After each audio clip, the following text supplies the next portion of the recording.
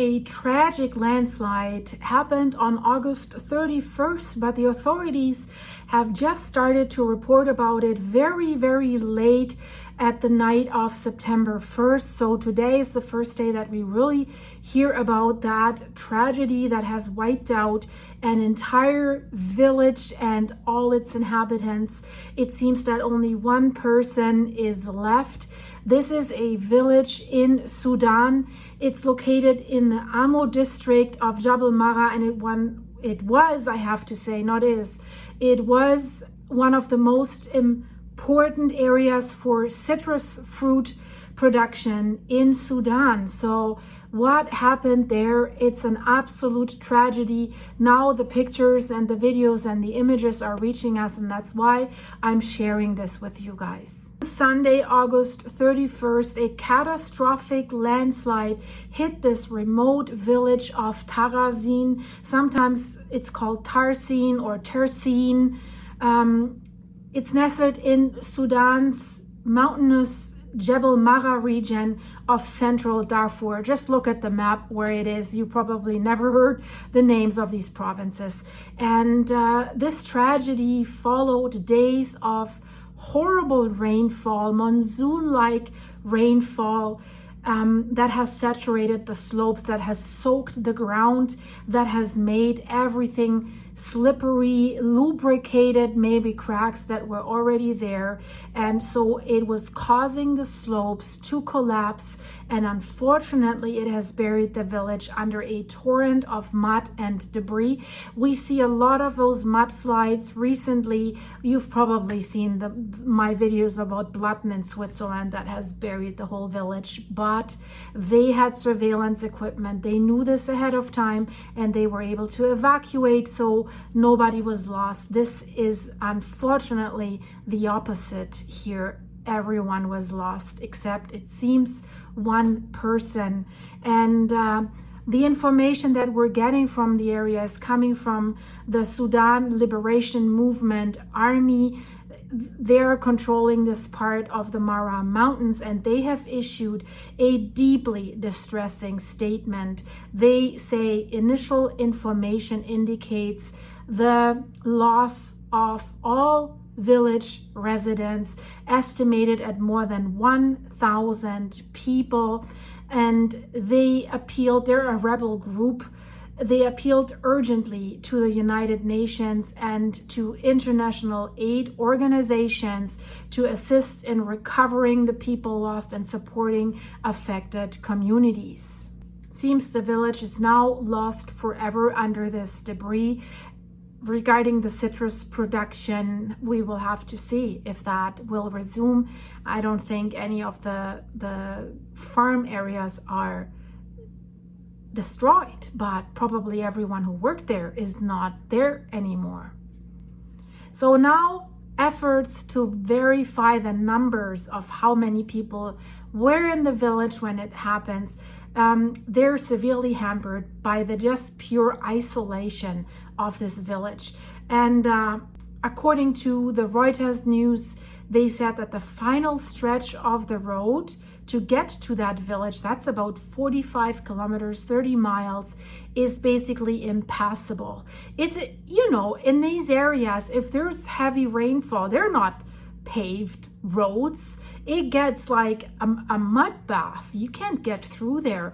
So you can only get through there by foot or on a donkey, not with a car. And the problem is the heavy rains are continuing. So this is really, really difficult right now. The United Nations, however, they have offered a more cautious estimate. So the question is, who is right? Who knows better how many people live there?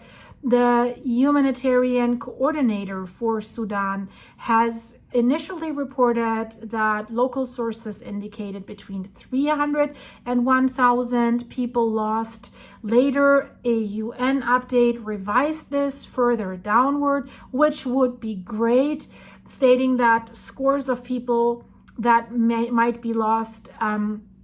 It's just too difficult to obtain accurate data under such conditions. So they think maybe less, but There's also eyewitness accounts from nearby villages that somewhat offer us a little further context. We have heard from a resident that said in an interview that he knew of just one person that is lost, and that he is skeptical that this high number, like 1,000 people, might be overestimated, which would be great. There's communication challenges as well, not only like transportation or like how do you reach this village, because this is an area, it's basically in civil war, and so on the ground confirmation right now is nearly impossible.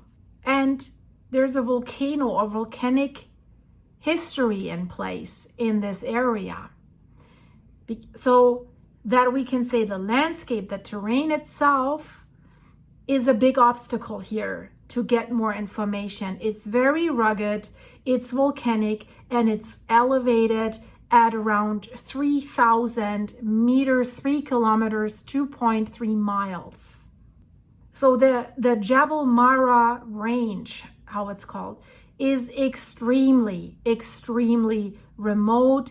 And we heard from a farmer from a neighboring settlement, and that's describing the village of Tarazin as a tragedy without comparison. And he says the village was only reached by foot or by donkey, and rescue operations, he confirms this, are slowed down or impossible because of the continuous rainfall that's still happening there. And this disaster is unfolding amidst one of the world's worst humanitarian crises already, because since April 2023, Sudan has been engulfed in civil war between the Sudanese armed forces and the rapid support forces. And this conflict alone has claimed a lot of loss and has displaced millions and has left over 2/3 of the country's population. You have to imagine that in urgent need of aid. And humanitarian groups say that the area where the landslide happened is basically how they call it, a black hole. Access blocked by violence, logistical constraints, and fractured control. So this comes in addition to the geological problems. Something like this has happened in 2018 in basically the same area. Similar landslide in the area has leveled the village of Turba, has claimed hundreds of people. So sadly, this seems to be a repeated event. So guys, yeah, sad video, I have to say. If you still hopefully liked what you saw, if that was informative for you, please leave the video a like. Click the hype button. It's in the comments. You can slash your comments away, and there's the hype button. It helps my channel to be discovered, guys. That would be awesome. And if you want to support me with coffee, fill me up with coffee. Underneath the video player, scroll down. There's the link in the description, buymeacoffee.com/silky. Thank you for your supers here. If you want to learn more about me, my private life, where I am, my animals, my dogs, my horses, click the join button and support the channel with an exclusive membership.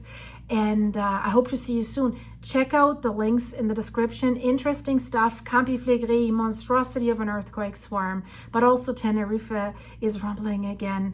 A very strange coincidence. So I see you there, hopefully in a second. Stay safe.